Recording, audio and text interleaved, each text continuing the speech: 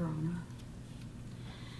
For 2 years, I've been preparing myself mentally and emotionally to spend the rest of my life in prison. When I was first arrested, I spent 7 weeks in the Volusia County Jail. The first 2.5 weeks were in the hospital area under suicide watch. The rest of the time I spent in general population. This time spent incarcerated has given me an idea of what my time in prison might be like. In the last few weeks, the prosecution has offered the possibility of a reprieve, and I am grateful. My name is Ellen Gilland. I was born in Iowa in 1946, and my parents, my older sister, and my younger brother moved to Ormond Beach, Florida in 1949. My father was a building contractor and built homes in Ormond Beach area. My mother was a teacher and elementary school principal. My younger sister was born in 1954, and we moved to Winter Park, Florida in 1956, where I completed my education in the Winter Park schools and Rollins College. I then spent 2 years at Ringling School of Art in Sarasota, Florida. I had a varied work career until I was in my 50s. I worked as a professional photography lab, retail sales and management for Walden Books, and had my own foliage nursery. Jerry worked for a construction firm that installed high-purity stainless steel piping for the computer and pharmaceutical industries. He traveled all over the country as an installer and then as a superintendent. I traveled with him often.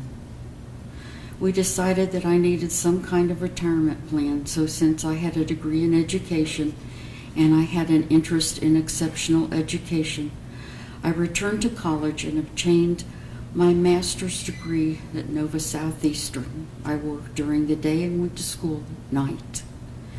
I was hired as an ESE teacher at Mount Dora Middle School in 1997. I also worked at DeLand Middle School and Mount Dora High School and retired in 2013. I met Jerry Gilland in the 8th grade, and we were friends all through middle and high school. We started dating after we accidentally bumped into each other at Christmas 1964 in the old Winter Park Mall. We dated intermittently and then seriously before Jerry went to Vietnam in 1967. He was a clerk typist and was assigned to a joint Air Force and Army command office. He was the go-to guy when the colonel and the major needed anything, so he was able to get to know many of the military and civilian people on the base. My brother, Gene, was in Vietnam at the same time Jerry was there. He was a Ranger and was wounded at about the time he was to have rotated back to the U.S. Due to some lost paperwork, he was passed over and wrote to my mother that he would not make it home. My mother contacted me, and since Jerry was able to call me at times, I relayed the news to him. He was able to get permission to walk Gene's orders through the command, and Gene was able to go home. My brother always said that Jerry saved his life in Vietnam. My husband was a remarkable man. He was kind, generous, funny, and loving. We supported each other through wonderful and sometimes not so wonderful times. He loved to cook and bake and had a woodworking shop where he made a beautiful porch swing for us and made and sold wooden boxes. We were married in 1969 when he returned from Vietnam. We were married for 53 years, and I miss him and will continue to miss him for the rest of my life. We did not have children since I had cancer at an early age, which returned late in life. I was diagnosed with the BRCA1 gene mutation, so I had a hysterectomy. My grandmother and my father had osteoporosis, which I inherited. I injured my spine when I was about 5 years old and continued to break bones periodically throughout my life. I have had a dozen hospital stays with broken bones. I have a replaced left hip, replaced right knee, metal rods in both my femurs, and a pin in my right hip. My left knee is bone on bone and very painful. I am able to walk without my walker, but use it most of the time when I have some distance to walk or I'm going someplace unfamiliar. I also use it to keep from tripping over things like an uneven sidewalk. I have type 2 diabetes, high cholesterol, acid reflux, sleep apnea, COPD, and Sjogren's syndrome. Since the hurricanes of 2022, in which our house flooded, I have had anxiety and panic attacks. I have hearing loss in both ears and wear hearing aids. I contracted COVID this past August and have repercussions of increased shortness of breath, exhaustion, and recurring dry cough. As an adult, I was diagnosed with an auditory processing deficit and dyscalculia. I've always known that my learning style was very different than other students. When I was in school, students with disabilities were not recognized. Fortunately, I realized on my own early that I had to take copious notes of lectures, read the chapters, and pay attention to learn. The diagnosis answered many of my questions about myself. I have lived in Central Florida all my life. Jerry and I bought our first home in Orlando shortly after we were married and lived there for 20 years. We then moved to Lake County and built a home where we lived for 30 years. When upkeep of the property became a real burden, we moved to Orlando Lutheran Towers in downtown Orlando. My older sister lived there and it sounded like a wonderful opportunity. Shortly after we moved in, COVID hit, and my sister was diagnosed with cancer shortly after that. Jerry and I helped care for Lynn until she passed away. We decided that we didn't like apartment living and decided to move to New Smyrna, where Jerry's only remaining brother lived, and I had no remaining close relatives besides my nieces. My younger sister passed away of ovarian cancer many years ago, and my brother of complications from Agent Orange.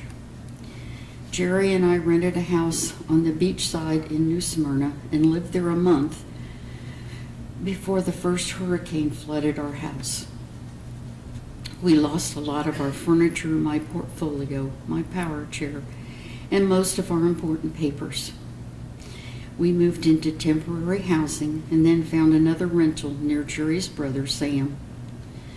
We were there a couple of months when Jerry became seriously ill and entered Advent Hospital Intensive Care Unit in New Smyrna on December 15, 2022.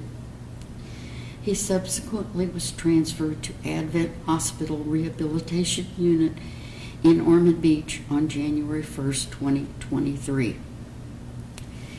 Jerry had always been relatively healthy until after he retired. He gained a lot of weight and developed type 2 diabetes and AFib.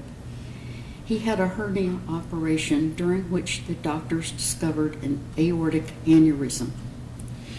He had surgery to repair that, but also had another smaller aneurysm closer to his heart. At that time, he had a bad reaction to the pain medication they gave him. At the rehabilitation hospital, I informed them to be very careful of what they gave him, and I never said that he could not have pain medication. I watched my mother, brother, and both sisters die of painful and debilitating diseases. I thought I was ready for anything, but not the painful and debilitating death of the person I loved more than anything in my life. Jerry's brother Sam visited almost every day for the 7 weeks we were in the hospital, but Sam was in his 80s and his wife was ill and passed away shortly after. Since I had no children and no friends in New Smyrna, and we hadn't even been able to find a doctor, I was very much alone. Sorry to say, I was bordering on the hysterical, and it was difficult to communicate appropriately when doctors and nurses ignored me or were outwardly hostile. Both Jerry and I were optimistic when he was transferred. He was doing better, even though he had a very painful bed sore. He could talk some, even with the tracheotomy apparatus in his throat, and he could consume soft food. The physical therapy department came in every few days and got him up and standing beside his bed.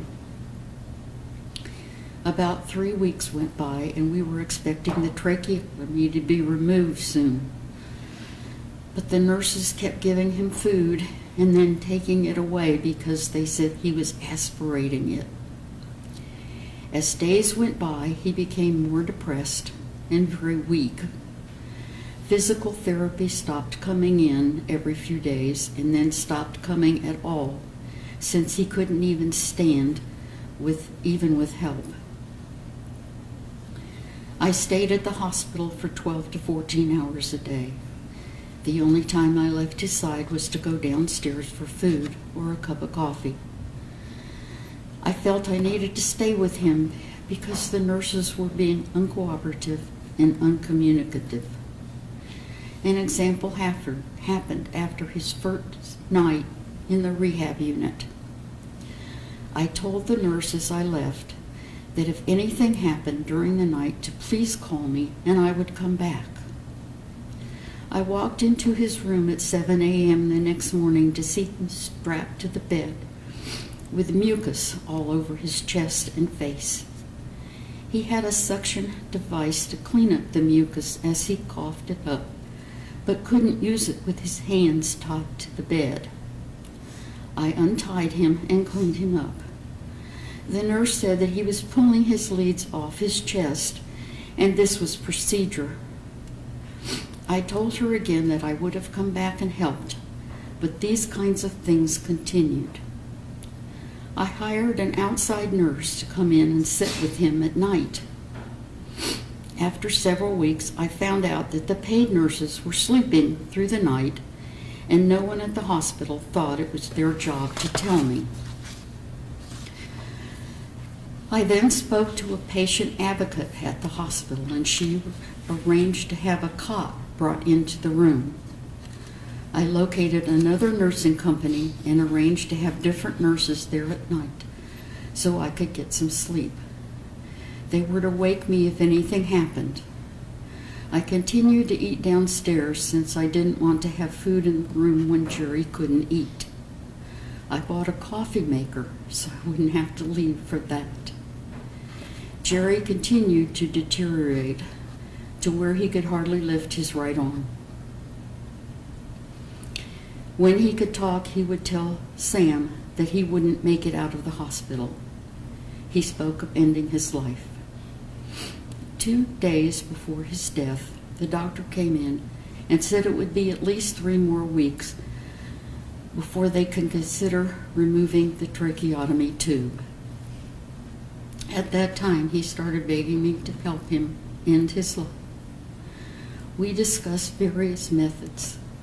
The gun he owned seemed to be the only way that we could successfully achieve his wishes. At that time, I had no hope that he would survive more time in the hospital. During this time we were in this hospital, no one ever explained comfort care or offered it in my presence. They may have discussed this with Jerry, but he never said. His gun and bullets had been underwater when the hurricane flooded our house. He told me where he kept it, and I went to the house and typed a suicide note and took the gun and bullets to a gun shop. I told them it had been underwater, and they checked it over and said it could be used, but it needed to be cleaned. I purchased a box of bullets and returned to the hospital. It was Saturday morning, January 21st. We discussed the repercussions of what we were about to do. He loaded the gun but couldn't raise it off his chest. I realized that to follow through with his wishes, that I would have to shoot him and then myself. I told him that to do this, I would go to prison if I couldn't shoot myself. He had always protected and supported me, and it was my last-ditch effort to stop this, but he was beyond helping himself or me. He took the safety off the gun, and I took it out of his hand. I held the gun behind his ear. I pulled it away and asked him if he was sure. He raised his hand and placed it on my arm and pushed the gun to his head. There was a loud bang, and he was gone. I was already crying, and I became hysterical. The machines were beeping loudly. I put the gun on the bed, and then I picked it back up and put on the safety. It had gone off so easily, I didn't want to shoot him again or put a hole in the bed. I sat beside him, holding his hand and crying until the male nurse came in the room. He was startled and said he thought some equipment had fallen. I told him to leave, and he just stood there. I picked up the gun and waved it around and told him I had a gun and leave me alone. He left. I am sure he was very traumatized, and I felt sorry, but I needed to be left alone to try to deal with what would come next. The security guards from the hospital came to the door. I told them to go away, that I had a gun. Then 2 female nurses peeked around the door, and I told them the same thing. I had no concept of time, but eventually the sheriffs came to the door. I was very frightened and grief-stricken. I was afraid they would throw me to the ground and hang my hands behind me. If that happened, I would probably have broken bones and be unable to stand or walk. I told them to go away, that I had a gun. One of the officers tried to get me to surrender. He told me that patients were not getting the care they needed, and I would be able to plan Jerry's funeral, and that they would not handcuff my hands behind my back. I didn't trust him, since I knew they had moved patients from rooms close to me, and that once arrested, I would not be allowed to do anything concerning Jerry's remains. I told him that if patients were not getting the care they needed, that I was really sorry, since Jerry didn't get the care he needed. I was really sorry. I was devastated, and I was frightened. Eventually, I realized that my only option was to shoot myself. I took the safety off the gun and put it to my head. I wasn't thinking clearly and realized that I would fall off the chair onto the floor. I went to move the chair closer to the bed, but it was very heavy. I had the gun in my hand and thought it might go off while I was moving the chair. I laid it on the bed and scooted the chair closer to the bed. I reached for the gun, and that is when the flashbang went off and the officers entered the room. I don't remember specifically, but the gun must have gone off when I reached for it. The officers were yelling and swearing, and there was a lot of confusion and noise. They moved the bed away from me. I had dropped the gun on the bed and raised my hands. A female officer came in and swabbed my hands and face. Another officer came in and said he was sorry he'd shot me. It had missed and was on the floor behind me. Several officers came in and stood in the room. One of them said that I should know that he had young children. I was so confused and frightened that I didn't understand why he was telling me this. I think they handcuffed me to the chair, but I can't remember that clearly. Eventually, they got me up and I asked for my walker. They put me in a wheelchair and took me out. This has been the most frightening, debilitating, and humiliating thing that has ever happened to me. I am devastated that Jerry's illness, and especially my inability to deal with the events, led to the traumatizing of patients, staff, and officers. Thank you, Ms. Gilland. Mr. Interlicchio, did you have questions to follow up on? Yes, Your Honor. She needs to be sworn in now. Okay. Please raise your right hand to be sworn in now.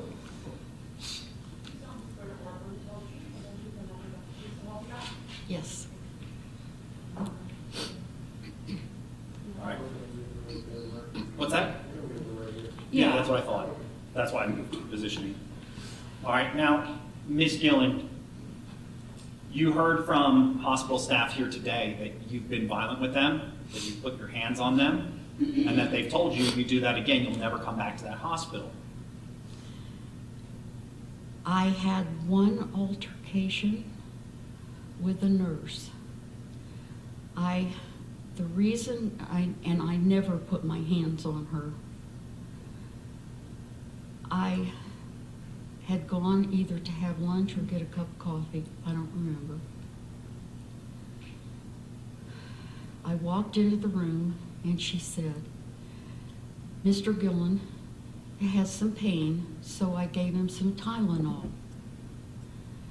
And I lost it because I had been, it seemed like every time I left the room, they would come in and do something, and then they would tell me about it. Or Jerry would say they were in and they did this or that. One time I walked in and they had put some new things on his trach, and he had mistakenly pulled the cap off and put it on his nose. And I walked in and I said, "No, honey, this goes on your trach," and I put it back. And it just seemed like things like this happened constantly, that I had no say in anything, that they weren't responding to me, and he was just getting worse. He was there for 20 days, right? About 20 days he was at this select care? Yes, 2021. And as you described it, you didn't like how they were treating your husband, you didn't like the care, the treatment. Did you look to move him to another location?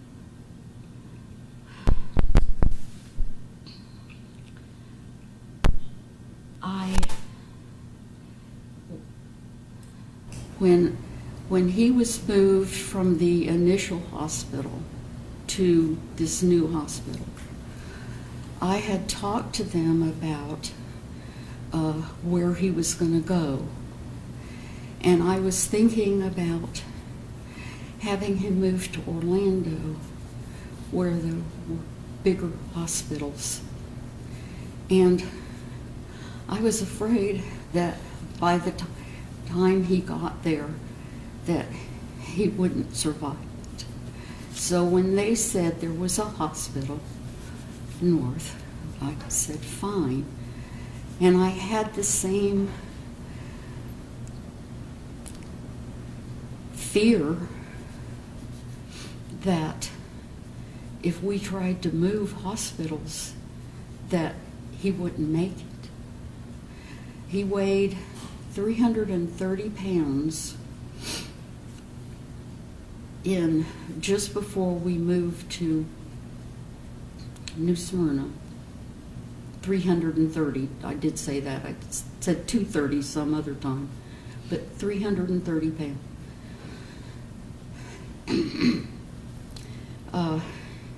He had lost about 40 pounds before he went in the hospital, as we had been trying to diet because of his health. I'm sorry, I've lost the train. I get it. If someone like you just dropped, you're there 24 hours, basically almost 24 hours a day, you try to kind of stay at the hospital constantly, right? To monitor his care and be by his side. I'm sorry, I'm losing you. I mean, you were trying to stay right by him and monitor his care, right? Yes. And you felt if you left the room, they would do something wrong, correct? Well, they would just do something and then either not tell me or I just felt completely out of control with anything. I felt like they were not responding to me, and in fact, several of them were openly hostile. They would come in the room and he still weighed maybe 280, so it was very difficult to move him around the bed, and he would slip down. And so they would come in, and the sheet, they would, two women, one on one side and one on the other, and they would move him up. And they would be so violent that they would crack his head against the headboard. And it was very painful for him. And then they would, roll him around how they have to do to change the bed and things. And so, I don't remember when it was, but he told me that he had a sore throat. And so I thought maybe they had some kind of spray or something that might help him. So as I was going out to ask, 2 nurses came in, and I just said, please be careful and don't hit his head against the headboard, because I'd been there when they had done it. And this one nurse said, well, I'm never coming back in this room again. And I said, oh, great. You're not going to service this patient because you don't like me. And I think she got embarrassed. I left the room, and I went out to ask about something for his sore throat.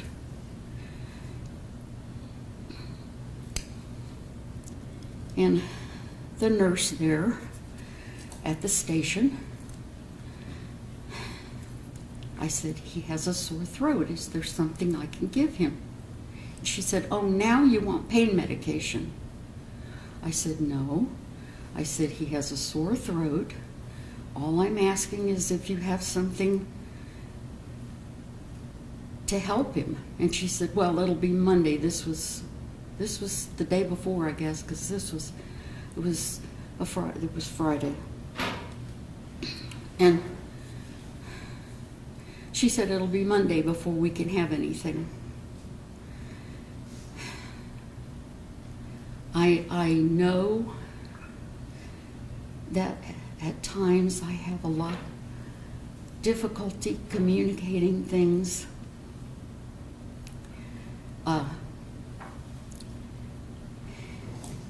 And I don't lose my temper very often. I worked with students with learning disabilities and behavioral disabilities for 15 years.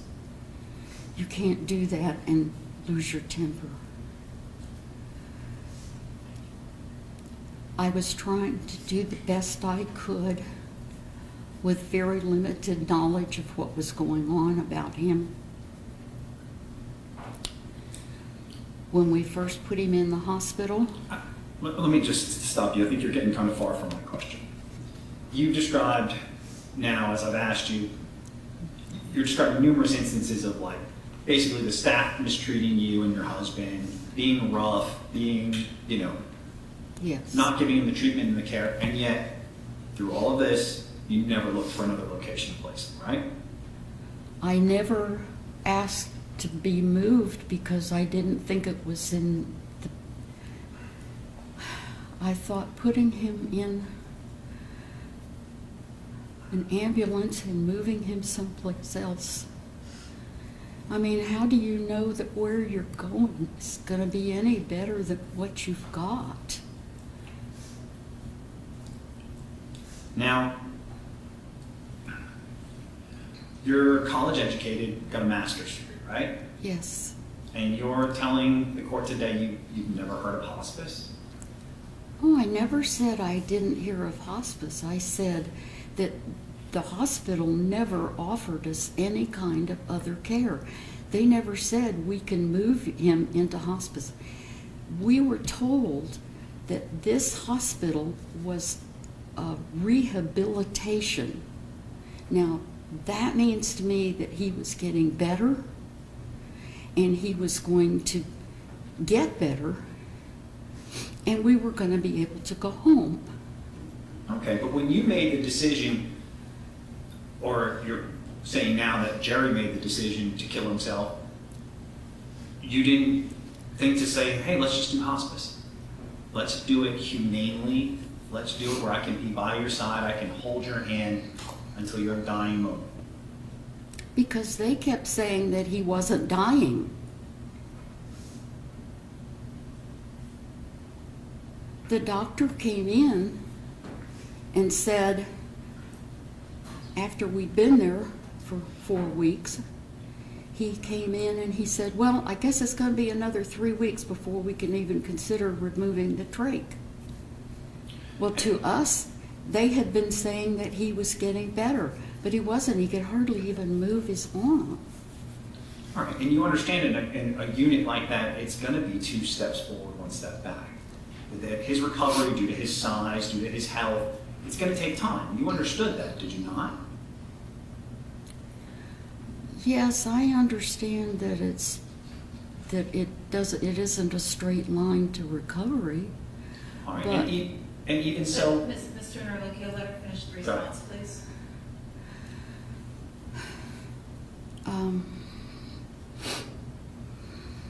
If you were finished, that's fine too. I thought there was more that you were saying. There was, but I've lost it. I'm you sorry. said there wasn't a straight line to his recovery.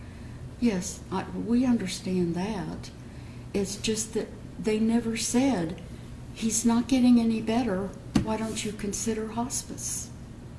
They never, no one ever said that to me. Well, maybe that's because he wasn't needing hospice. Maybe he wasn't at the end of his life. Did you ever think of that? That's why they didn't tell you that?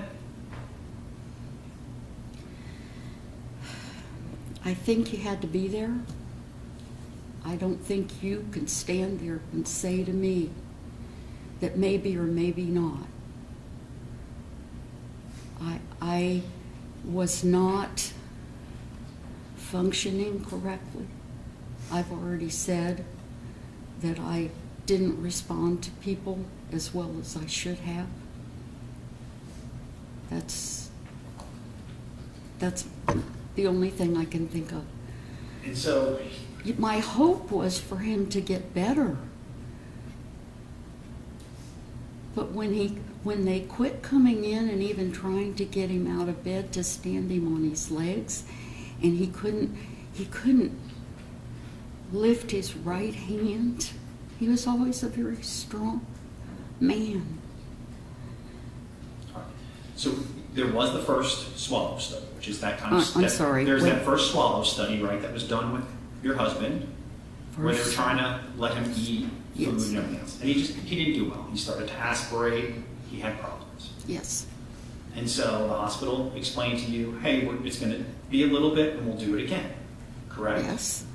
But then on the 20th, you were, the day before he was killed, you were pushing the hospital to do it again right then and there on the spot. No. You don't recall that? No. So the medical records are wrong, where the medical records that I showed earlier today that said you were basically going around and complaining to everybody that you wanted it done and it wasn't getting done. What wasn't getting done? Another swallow study. No, I don't.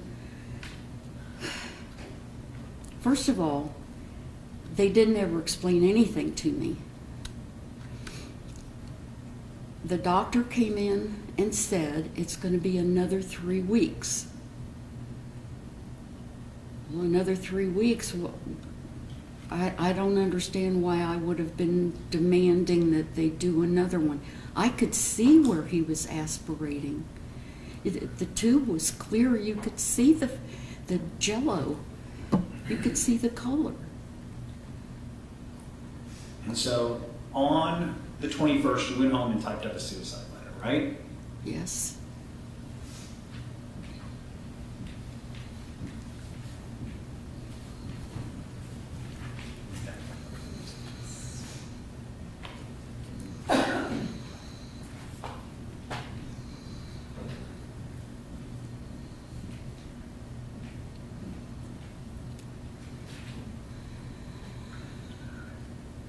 And so you typed up this suicide letter that day, right? Yes, I didn't actually go home to write a suicide letter. I just thought that I should do something when I went to pick up the gun. And then here you claimed it was his idea to do it, right? Yes. Except when medical staff had met with your husband day in, day out after the 6th, every day he never stated he had any suicidal thoughts. Yes, he did. The medical records do not show that. Well, they show that they talked to me about hospice and they didn't. So what you're saying is this hospital mistreats your husband, what they're documenting is wrong, you're saying and they were aggressive towards you and your husband, you never look for another location, you never do any of these other things, it's just the hospital's fault. Everything's the hospital's fault. No, I don't think everything was the hospital's fault. I'm saying that I was in a very stressful situation after several stressful years of moving around, being in a hurricane, having my husband fall ill, being in and out of hospitals, trying to get help. I am not blaming the hospital. I'm telling you how I came to be in the situation I was in to the best of my ability. I have no animosity. I was describing the things that happened to me and happened to Jared. So, I mean, they didn't kill him. no, that was you, right? Yes. Okay. So, on that day, you come into the hospital, and did you see the other families around? Did I on see? that floor? Since No. you were there that much? No. You never saw the other Oh, patients? you mean during the weeks we were there? Yeah. Yes, I did. So you knew there were a lot of patients, right? Yes. And they were critical, just like how you described your husband. Well, You might I not know their was condition. but- going under the assumption that these people were there for rehabilitation, meaning that they weren't hopeless cases, that eventually they would get better and they would get out of the hospital. And as you described it, you were feeling overwhelmed from these kind of years of unfortunate events happening to you. Did you attempt to get any mental health help? Me? Yeah. I did go to a mental health counselor for a couple of visits after our house was flooded, and I was having panic attacks every time it started to rain. But as far as at this time, no, I was completely consumed by trying to be with my husband and be with him when he was ill. And the only person or evidence that suggests that he wanted to die that day is coming from you, right? There's no other evidence otherwise. You didn't videotape anything. He didn't write this note. He wasn't suicidal to any of the hospital staff, even though they questioned him day in, day out after January 6th. I have no evidence. I know that his brother, Sam, realized that he was suicidal. Sam was there at least 3 days a week, if not more, in both hospitals. But Sam has passed away since then, so no. All right, so you decide on the 21st that you're going to essentially take a hospital hostage. That, You're going to take a hospital hostage. well, I didn't think of it in that way, no. You're not naive. You're not a child. You're college educated, got a master's degree. You didn't think taking a firearm into the hospital and killing your husband was going to cause the hospital to be locked down? That, no, it didn't. That I didn't proceed with it I didn't think through with it to that degree, no. So you kill your husband, you point the gun at the nurse, Hector Ponte, right? And you saw him terrified, right? Well, yes, he was frightened, He was, right? yes. And he was in that room for a couple of minutes, just frozen in terror. Yeah, he was standing there, but I wasn't thinking about that. I was thinking about my husband and the fact that I just wanted to be left alone with him. He's dead. You killed him. You're standing there. You're holding a gun to a frightened man for minutes. And nothing is going through your head thinking, what am I doing to this poor man?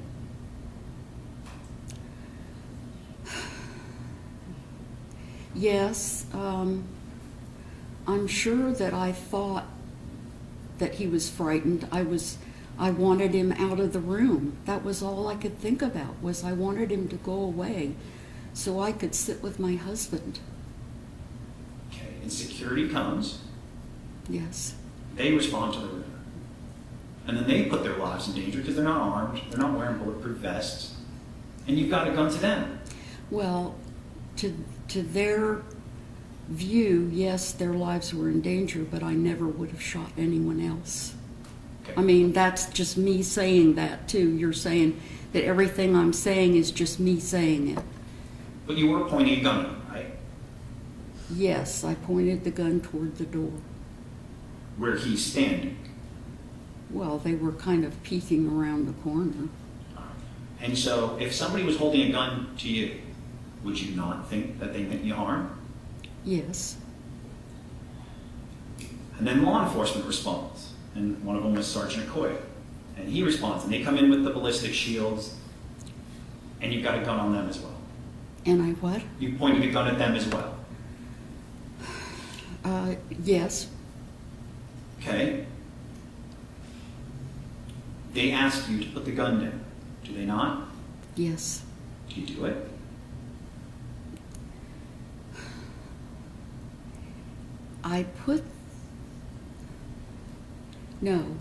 The only time I put the gun down that I remember was I was at the end. I was getting exhausted. I put the gun to my head. I took the safety off and I put the gun here. And then I realized that, what I said, that I would probably fall on the floor, which for 40 years I've been very careful not to fall on the floor. I wasn't thinking straight. And I laid the gun down so that I could move the chair, and that was when they came in. I had moved the chair to where I thought it should be, so that I would fall on the bed and not on the floor. I mean, it sounds stupid, but that's what I was thinking. So law enforcement negotiators had to sit there with you for hours trying to convince you to put down the gun and surrender, and you didn't surrender. And then they tricked you ultimately with writing a letter, right?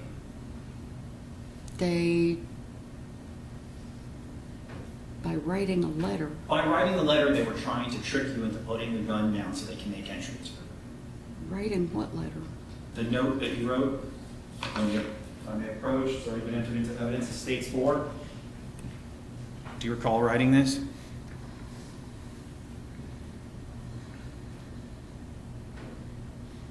Oh, I guess I did. No, I didn't remember writing that, but that's my handwriting. All right, and this is what you were writing when law enforcement was asking you to write a note. When the hostage negotiator ransom was asking you to write a note to your family, right? Okay. And this was the note you wrote. It looks like it, yes. All right, and you're writing, this is your writing. Sam Hangy, I am so sorry it turned out this way. Jerry thought he would be able to do it himself, but he was physically too weak. I know you will hold this against me. I would in your place. I thought I was stronger and I could shoot myself right away. Now, all I have done is write this fruitless and boring note. These are your words, right? Yes. A fruitless and boring note. You've held a hospital hostage for hours. You realize that, right? Yes.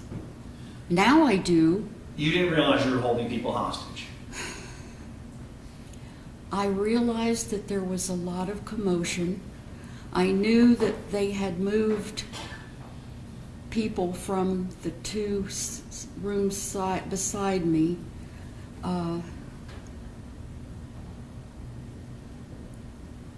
And I even told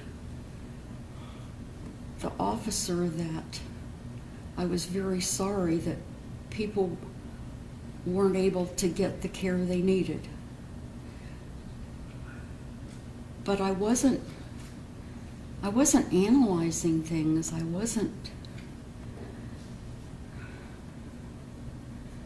in shock. I was in pain. I was grief-stricken.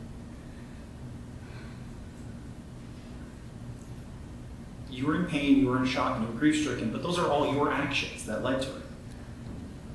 Yes. And so law enforcement ultimately makes the decision to enter that room because you've put the gun down. Yes, I put it up, and I had laid the gun down to move the chair, and I went to pick it up, and when I picked it up, the flashbang went off. That's when the shot must have gone off, because I was picking it up to shoot myself. I actually had made the decision and I was going to do that.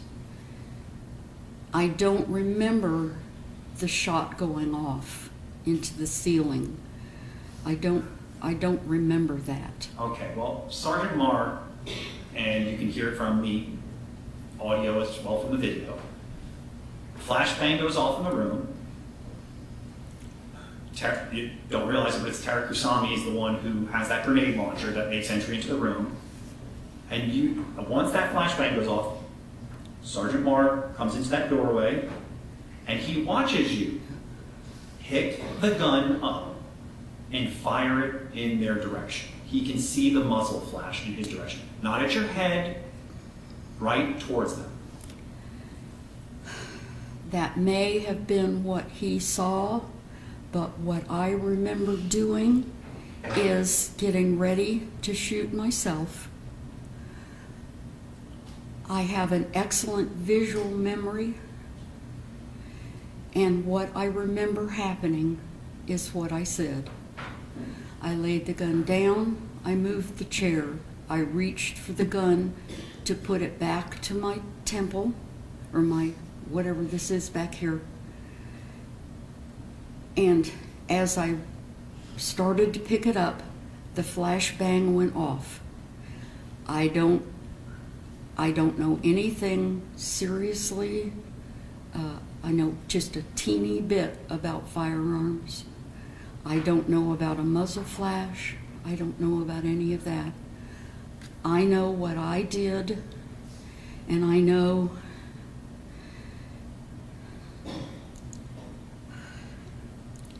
that I will regret many of my decisions for the rest of my life.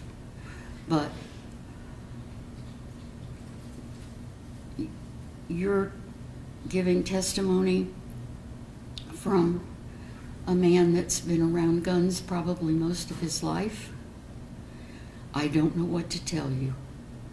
I can only tell you what I remember happening. Well, what Sergeant Marr describes is the difference between him sitting here testifying Yes. or him being dead was your wrist moving about an inch. It probably was at that time because I had taken the safety off of the gun, but I did not mean, I never, ever meant to hurt anyone else. All right, nothing further. Did you want to inquire, Ms. Gilland? Okay, thank you, ma'am. You can take your seat.